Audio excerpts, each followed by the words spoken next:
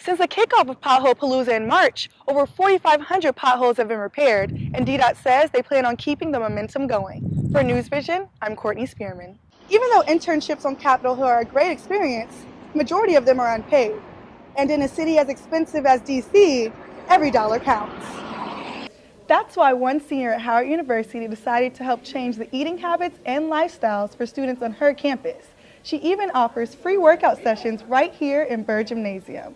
I'm here in the middle of the yard where all of the magic takes place during Yard Fest. Soon there'll be a large stage, lots of vendors, and thousands of people.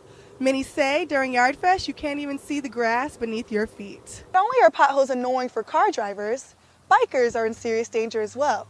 About 4% of the city's residents commute to work, and the safety of the roads for bikers is just as important. Howard residence halls are currently able to only house about 45% of the student population, compared with 60 to 70% at competing universities. Of the students who do live on campus, about 3/4 of them live in buildings that are at least 50 years old, like the one right behind me. They're annoying. They wreck your car, and they harm your tires. Potholes are a driver's worst enemy. I done damaged 3 cars with potholes. You're constantly driving over them or swerving to miss them, and what is being done about it? Well, it's Pothole Palooza here in the district, an annual tradition in DC where transportation officials are asking anyone who sees a pothole to call, tweet, or use the 311 app, and according to the Superintendent of Transportation, Jeff Baxter, in just 48 hours, repairs will begin on the hole. So our traditional response period for Pothole Palooza is traditionally 72 hours, but we wanted to do a 48-hour scenario during the 30-day time frame just to show commitment to exceeding and meeting the goals of keeping the potholes non-existent. But it still seems as if potholes are everywhere. DDOT says they have been working overtime this year trying to fill the holes from the rough winter season that left the roads in shambles. And that's the reasoning behind that is because of the weather. The weather this year has been terrible. When I say that, it'll rain one day, it'll snow one day, then it'll be 20 degrees, and then it'll be 80 degrees. That by itself causes the ground to expand and contract, and as a result, the potholes become apparent. But regardless of the amount of potholes being fixed, many DC residents are still angry at the conditions of the roads. I own a Jeep Wrangler, which is really good for off-roading, yet not really good for potholes in DC. It's really awful. And not only are potholes annoying for car drivers, bikers are in serious danger as well.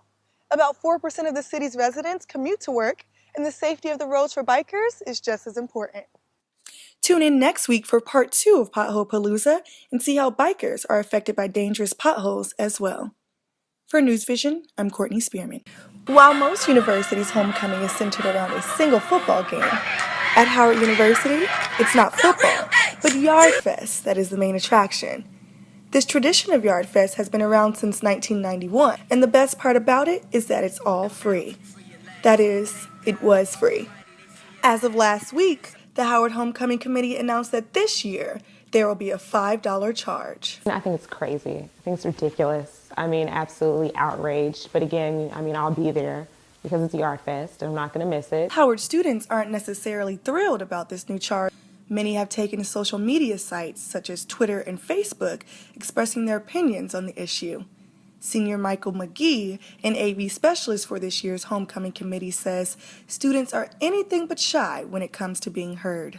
Students, just a lot of media, social media, like what's going on with Howard, like $5 really. McGee says last year's Yard Fest became dangerous once rapper Drake took the stage, and this year's charge is to help keep spectators safe. The reason were security reasons for last year, the trampling the stage for Drake. Every year, more than 100,000 people travel to the Mecca to experience Yard Fest. And no matter the artist, this is the first time the festival will be a ticketed event. You always know on Friday there's going to be something that you can afford to go to, free of charge. That's going to be an absolute amazing time. And it's not just students who are upset about this broken tradition. Many alumni aren't too happy about this charge either. I think it's crazy that they're trying to charge that now. This year's Yard Fest coordinator Courtney Howard says, when Yard Fest first began, artists would perform for free.